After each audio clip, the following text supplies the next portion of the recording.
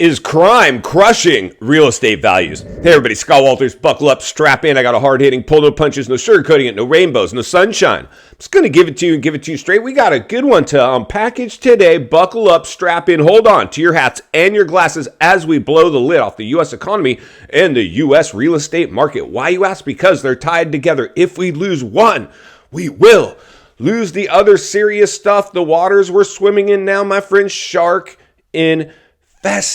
The biggest bubble in history couldn't sustain itself. And now we're experiencing that blowback. You see, the reality is, our friends, we put too much upward pressure on the biggest asset class in the world, the biggest stress test ever orchestrated artificially with no organic growth in history.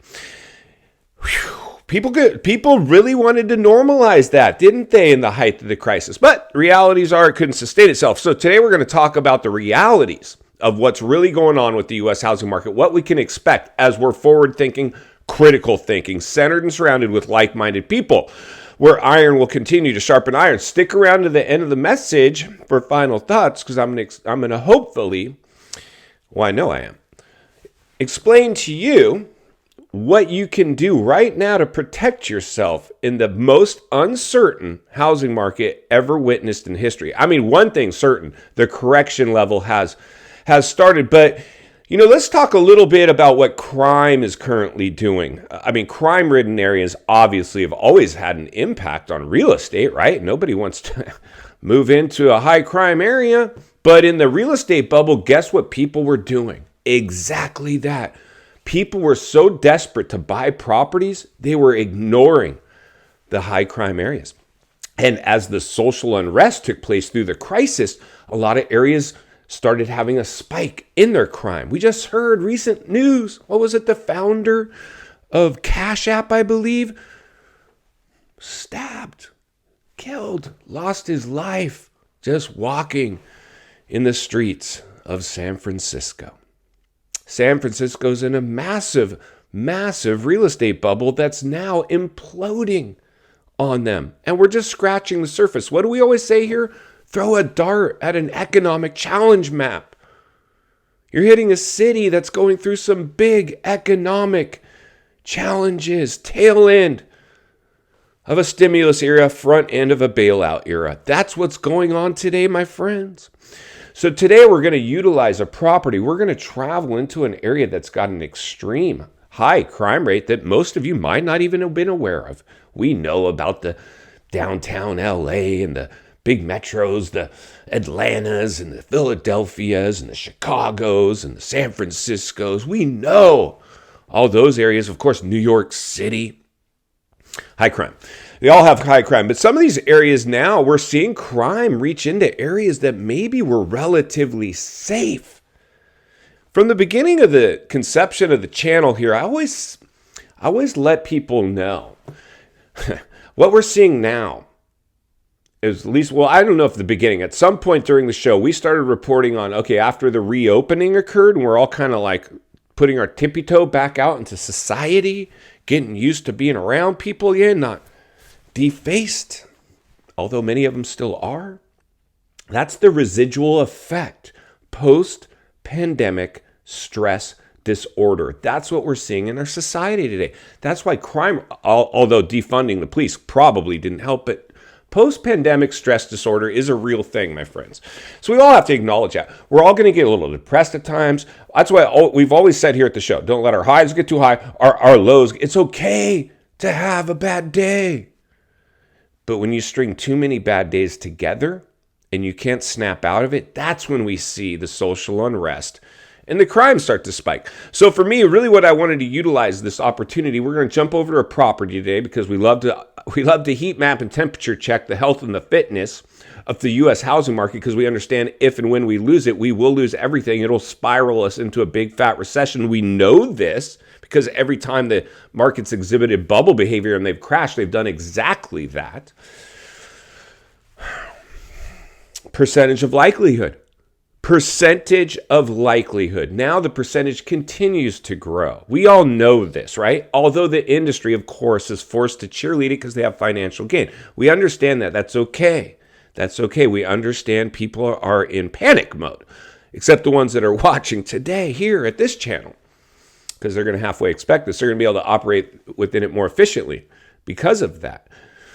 They're going to be able to potentially capitalize and go buy, if they want to invest some money into investments that yield returns, which is what we're going to look at today, why some areas are broken and what it's going to take for them to unbreak if they ever can. But when I see areas in the country that have high crime and they're still experiencing a real estate bubble, that is not the sign of a healthy housing market. All the fundamentals went out the window. So today, to drive our point home, let's jump over to this area and property, examine it a little bit, then we'll meet back here to wrap it up. Let's get started. All right, friends, buckle up and strap in as we head over to today's featured property. You might want to roll up your windows, lock your doors, maybe even get an extra tetanus shot as we're heading into one of the most heavy crime areas in California, Riverside County. This place got way too euphoric and now it's reversing course. Let's go ahead and bring up today's crash map. Everything on our screen is going through the kiss of death, price reductions. Now let's take a look at the property. Our property appears to be old, tired, dated, but number one, going through another kiss of death, sucking air, empty, unoccupied, and stuck on the market. Let's look a little closer. Today's disaster has been stuck on the market for 135 days with only 4 saves and limited views. Let's keep looking. Today's property has a lower value range of $615,000, which is where it should be priced at. Now let's see where they currently sit. Our property's stuck on the market for $650,000 in a declining market. Let's look a little further. At today's price, your cost to own would be around $4,200 a month to own in a high crime area. Now let's see its rent range. Our property would only rent for approximately $3,200 a month, making this one completely upside down, about 25% away from where it would need to be to pencil out. Let's get back to the studio so we can wrap this one up.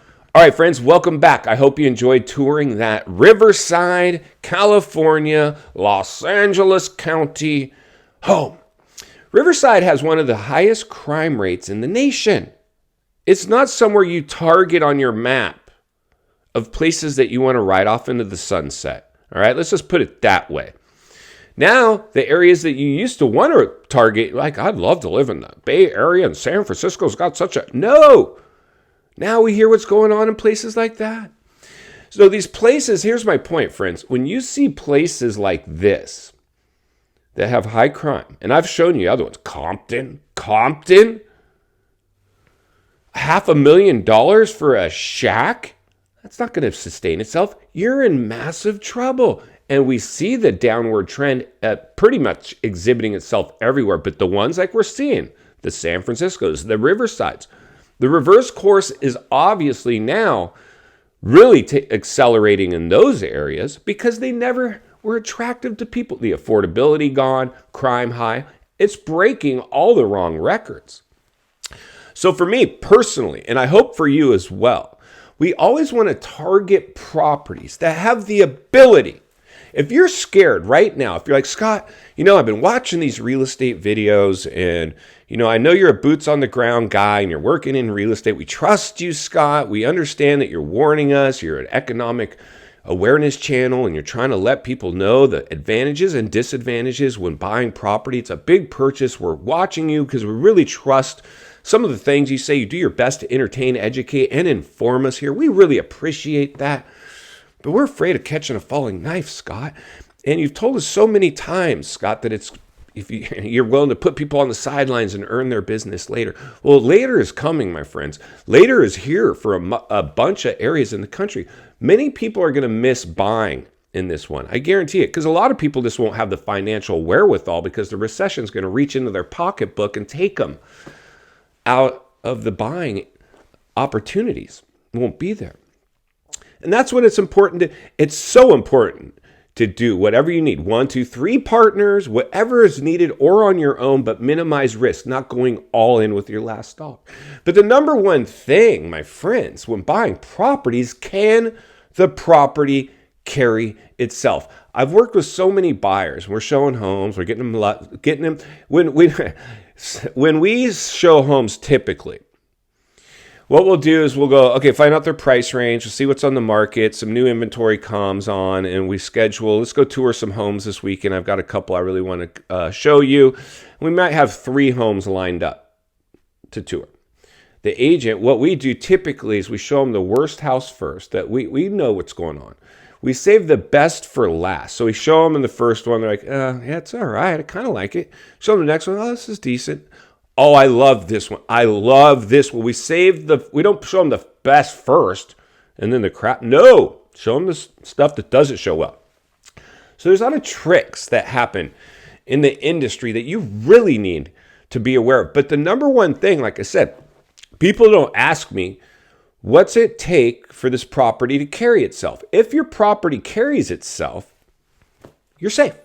You're safe. But most people, and that's why today when we looked at this property in Riverside, it can't carry itself.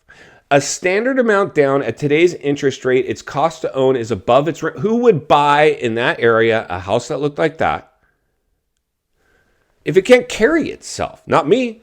Not me. There's a bunch of areas in the nation right now where not even standard amounts down. You could come in with pretty much small amount down, and it still carries itself. So this place and every place like it are in massive, massive trouble, in my opinion. They're hoping for a sucker. Now, a sucker is born every day. That's not my client. My client's smart. I'm going to build wealth in them so I can take them shopping later and later and later. They're going to trust me because I taught them what real estate's really designed to do, to be a vehicle, a path to wealth.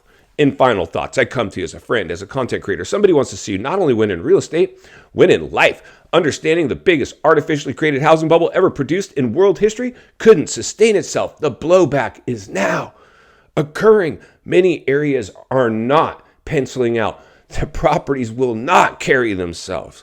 For me, personally, if I really want to buy in that area, I'm going to come in with enough down to make sure the property's carrying itself. I've got an insurance policy. I know. Even if it's my primary home, if anything happened to me or my income, a renter goes in and it can carry itself. And hopefully, cash flow, the golden goose that lays a golden egg every month. But no, the industry doesn't want you to operate like that. They want you to tour FOMO factories and be a bubble buyer and be upside down in your purchase for life in a fragile economy. Can't sit back and watch people do that, my friends. I got to protect you every step of the way because it's not only what we need, it's in fact what we deserve. If you appreciate the content, I want to humbly ask you to give the video a like, subscribe to the channel, leave a comment below. I'd love to hear from you. Social media links in the description of this video if you'd like to contact me there. Along with links to channels I've appeared on I think you might enjoy. If you need help buying or selling real estate here in America, I have the biggest network of top-rated agents in the nation ready to assist you. It'd be our honor and our privilege to do so. Email in the description for you as well. Also, if you're watching from your television set today and you enjoyed this video, I know you're going to love the next video, and there's an easy subscribe icon for your convenience. As always, thank you for your time. Please go make it count today. I'll see you on the next video.